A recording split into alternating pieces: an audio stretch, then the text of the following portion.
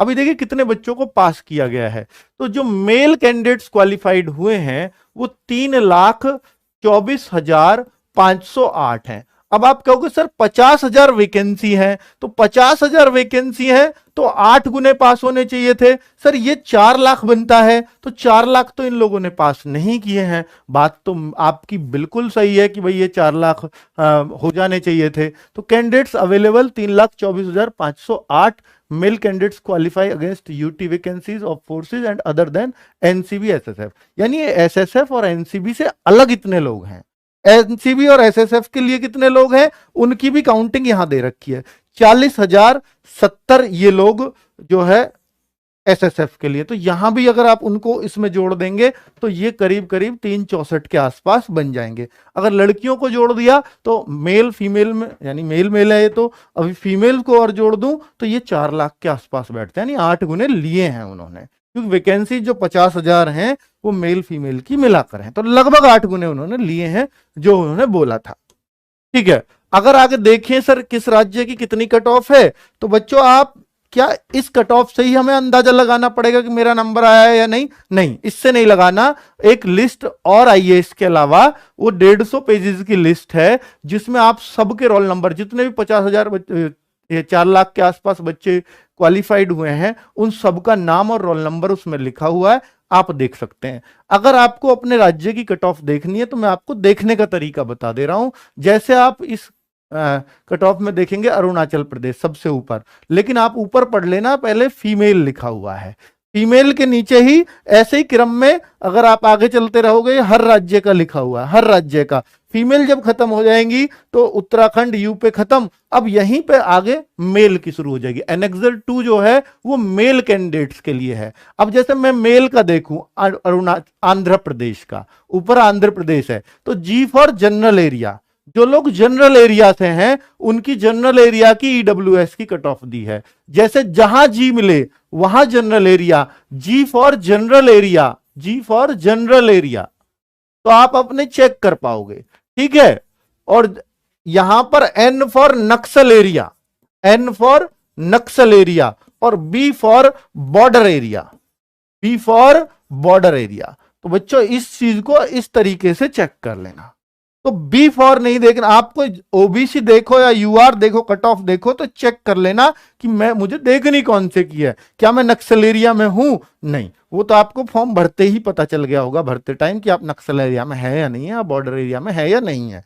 तो बच्चों आप जनरल एरिया में है तो जनरल एरिया की कट ऑफ देखना। जैसे मुझे अरुणाचल प्रदेश की जनरल एरिया की कट ऑफ की यूआर देखनी है, तो ये रहा, G for general, U for UR.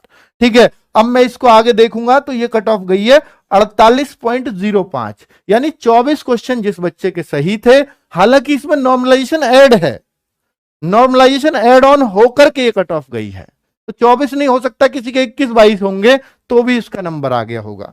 ठीक है, तो ऐसे हर राज्यवार है, हर राज्यवार जिसका भी आप देखो। सर मुझे छत्तीसगढ़ देखना है, तो छत्तीसगढ़ का जनरल एरिया, जैसे ये एससी की कट ऑफ है 76.67, तो आप कह सकते हैं 37-38 क्वेश्चन पर। अब आप देखो छत्तीसगढ़ का मुझे ओबीसी देखना है, तो छत्तीसगढ़ जी फॉर जनरल एरिया, ओबीसी ये रहा, और ये 88.2 पर इसकी कट ऑफ गई है। ये बीच में ये संख्या क्या लिख रही है? ये कैंडिडेट्स जितने लिए गए हैं, किस राज्य में कितने कैंडिडेट्स लिए गए हैं उस कैटेगरी से, तो ये यहां पर कैंडिडेट्स की संख्या लिखी गई है। सर फिर ये आगे क्या लिखा हुआ है? तो बच्चों ये जो लिखा हुआ है ये उसके जो लास्ट कैंडिडेट्स के मार्क्स लिखे हैं पार्ट ए पार्ट बी में। यानी पार्ट ए पे हो सकता है आपका मैथ्स आ रहा हो, पार्ट बी पे रीजनिंग आ रहे हो, तो उनके पार्ट ए पार्ट बी के ये जो है मार्क्स लिखे गए हैं, वही है part A marks part B marks. Sir इनका कोई अर्थ है? नहीं, इनका कोई अर्थ नहीं है, आप इसको इग्नोर कर सकते हैं। ये उस कंडीशन में पार्ट ए पार्ट बी का लिखा हुआ है कि अगर 2 कैंडिडेट्स के बराबर मार्क्स हैं तो जिनके पार्ट ए पार्ट बी में ज्यादा होंगे उस कैंडिडेट्स को लिया जाएगा, अगर 2 में से एक लेना पड़े तो। लास्ट कैंडिडेट बिल्कुल कट ऑफ पे आ रहे हैं, दोनों के बराबर हैं, तो अब कौन से को लेंगे? लेना एक है, तो फिर पार्ट ए पार्ट बी में, यानी पार्ट ए में जिसके ज्यादा है फिर पार्ट ए में दोनों के बराबर, फिर पार्ट बी में जिसके ज्यादा है फिर उसको लिया जाता है।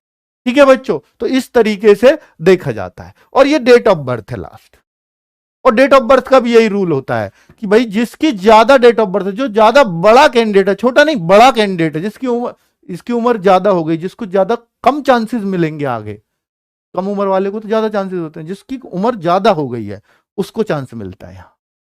ठीक है, बराबर कैंडिडेट्स होने पे, टाई होने पे बिल्कुल, पर उसके नौबत नहीं आती है बच्चों। फिर भी ये इन्होंने लिख दिया है सबका, इतना टाई किसी में नहीं होता। जय हिंद साथियों, जिंदाबाद, जबरदस्त। कैसे हैं दोस्तों? उम्मीद करता हूँ बहुत अच्छे होंगे। मैं नॉर्तन हूँ। आप एसएससी जीडी की cut of Ankit Bhati sir ने बताई दी है आपको। नॉर्मिलेशन का क्या गेम रहेगा वो आपको बता दिया है। एवरेज नॉर्मिलेशन कितना होगा ये सारी चीज आपको पता चल चुकी होगी। तो अब जो मैं आपको बताने वाला हूँ दोस्तों, उस चीज को फोकस कीजिएगा जो इस समय पे एसएससी जीडी को लेके, फिजिकल को लेके, डॉक्यूमेंट वेरिफिकेशन को लेके जो चर्चाएं फैली हुई हैं, वो एक सनसनी बात है दोस्तों। अगर आपने इस चीज को ध्यान में रख लिया तो मैं सच बता रहा हूं, सिलेक्शन से आप हाथ धो बैठेंगे। तो ये मैं कह रहा हूं, लिख लेना इस बात को। अगर प्रैक्टिस आपकी अच्छी है, 1-2 मिनट, 1.5 मिनट, 2 मिनट, 2.5 मिनट अगर आपने डाउन यहाँ पे कर रखा है, तो डेफिनेटली दोस्तों आप वहां पे रनिंग क्वालिफाई करके आएंगे। ठीक है, बाकी फोकस अपना बना के रखिएगा। नंबर आपके अच्छे हैं तो आप पूरा फोकस बना के रखिएगा रनिंग पे। रनिंग की तैयारी करते रहिए। जो भी डे बाई डे अपडेट्स होगा वो मैं आपको देता रहूँगा। ठीक है, चलिए, ऑल द बेस्ट।